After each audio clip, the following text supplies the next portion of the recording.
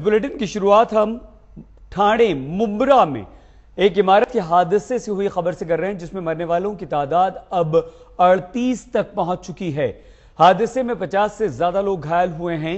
7 मंजिल की ये पूरी तरह से अवैध इमारत 3.5 महीने में ही बनकर तैयार हुई थी। अब तक मौत का जो आंकड़ा है वो 38 तक पहुंच चुका है, लगातार बढ़ रहा है। 50 से ज्यादा लोग घायल हैं, जिनका अस्पतालों में इलाज चल रहा है। कई लोगों की हालत अभी भी गंभीर बनी हुई है, कई लोग मलबे में भी दबे हुए हैं। और अवैध तरीके से बनाई जा रही थी ये इमारत, 3 महीने में बनकर तैयार हुई। करीब 150 लोग आकर फ्लैट्स में रहने लगे थे। बिल्डर के खिलाफ मामला दर्ज हुआ है। हैरानी की बात यह है कि 7 मंजिल के बाद भी इमारत में अवैध निर्माण रुका नहीं था और इसके लिए 8वीं मंजिल पर निर्माण भी चल रहा था। पुलिस की पकड़ से बिल्डर फिलहाल दूर है, बिल्डर फरार है, हालांकि उसका नाम पता चल चुका है। सूत्रों के अनुसार पुलिस ने बिल्डर का पता लगा लिया है, लेकिन अभी तक वो बिल्डर पुलिस की पकड़ से दूर है। इस हादसे में 2 बिल्डर्स के खिलाफ गैर इरादतन हत्या का मामला दर्ज कर लिया गया है। 150 लोग कई सारे फ्लैट्स में रह रहे थे, लेकिन उन फ्लैट्स में जाने यानी कि रहने से पहले की एनओसी भी नहीं ली गई थी। आज तक को मिली जानकारी के अनुसार इस इमारत के निर्माण के पीछे जमील कुरैशी नाम का एक शख्स है। पुलिस जमील कुरैशी की तलाश में जुटी हुई है, लेकिन यह गंभीर हादसा है। 50 से ज्यादा लोग जो हैं वो घायल बताए जा रहे हैं और घायलों को जेजे अस्पताल, सायन अस्पताल में भर्ती करवाया गया है। 7 मंजिला बिल्डिंग वन विभाग की जमीन पर बनी हुई थी। बिल्डिंग को खाली कराने के लिए क्या कुछ किया गया, इसकी जांच भी चल रही है, क्योंकि इस वक्त मलबा है उसे हटाने का काम चल रहा है।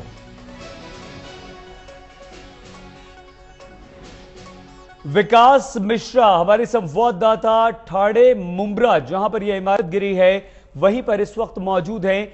विकास, कितना मलबा अभी हटाना और बाकी है और किस तरह की आशंका, क्या मलबे में कुछ और लोग भी फंसे हो सकते हैं? विकास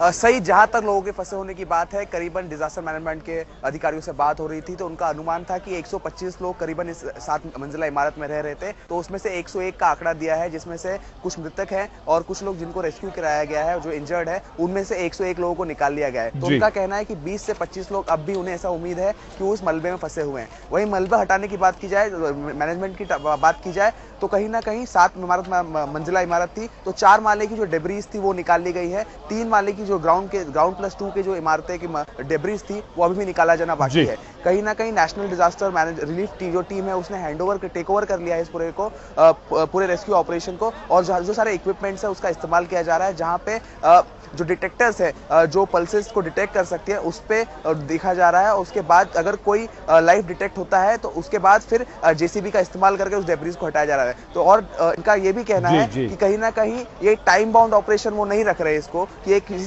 लिमिटेड सीमा में इसे खत्म करना है। उनका कहना है कि उन्हें उम्मीद है कि कई और ऐसे लोग हैं जिन्हें उन्हें जिंदा अभी भी बचाया जा सकता है डेब्रीज के नीचे। तो कहीं ना कहीं धीरे धीरे इस ऑपरेशन को अंजाम दिया जा रहा है। सही विकास, आप हमारे साथ बने रहिए, आपसे और वहां की जानकारी हासिल करेंगे, लेकिन उससे पहले हम अपने दर्शकों को बता दें कि आज तक इस हादसे पर कुछ सवाल उठा रहा है। आखिर यह अवैध निर्माण कैसा चलता रहा, ये सवाल है। ठाणे के मुंब्रा में शहर के बीचों बीच यह अवैध निर्माण किस तरह से चलता रहा, किसी की नजर इस पर क्यों नहीं पड़ी? 3.5 महीने में 7 मंजिल बन गई और प्रशासन को इसकी भनक तक नहीं लगी। आखिर कहां था प्रशासन? क्या मिलीभगत थी? क्या पैसे खाकर ये बिल्डिंग बनाने दी जा रही थी? निर्माणाधीन इमारत के फ्लैट्स में लोग रहने कैसे लगे, जबकि एनओसी नहीं मिली थी इन फ्लैट्स में लोगों को रहने के लिए? ठाणे महानगर पालिका अवैध निर्माण पर क्यों सोई रही?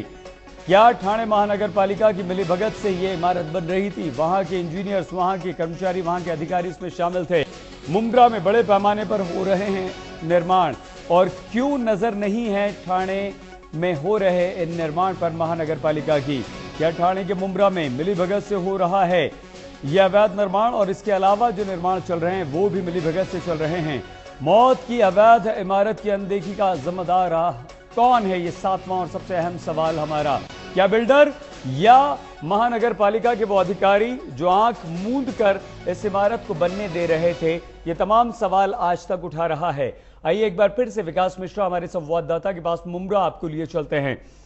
विकास, आज तक ये तमाम सवाल उठा रहा है, क्या ठाणे महानगर पालिका इसके लिए जिम्मेदार नहीं है? क्या सरकार इसके लिए जिम्मेदार नहीं है? यह अवैध निर्माण होता है, 7 मंजिला इमारत बन जाती है, बिना एनओसी के लोग रहने लग जाते हैं। आखिर कौन है जिम्मेदार इसके लिए? विकास,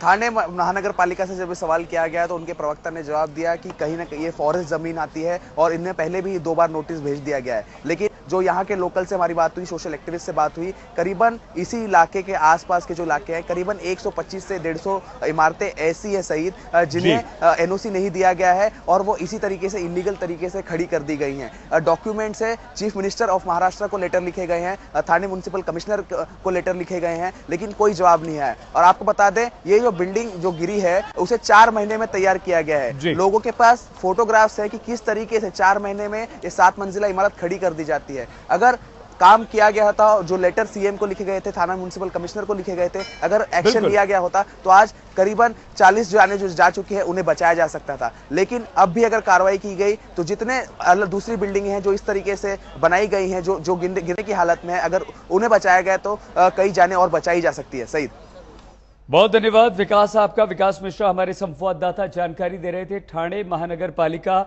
अपनी जिम्मेदारी से दूर भागता हुआ ये कहकर कि वन विभाग की जमीन पर यह इमारत बनाई जा रही थी, लेकिन 38 लोगों की दर्दनाक मौत हो गई है, 50 से ज्यादा घायल हैं, कुछ की हालत गंभीर बनी हुई है।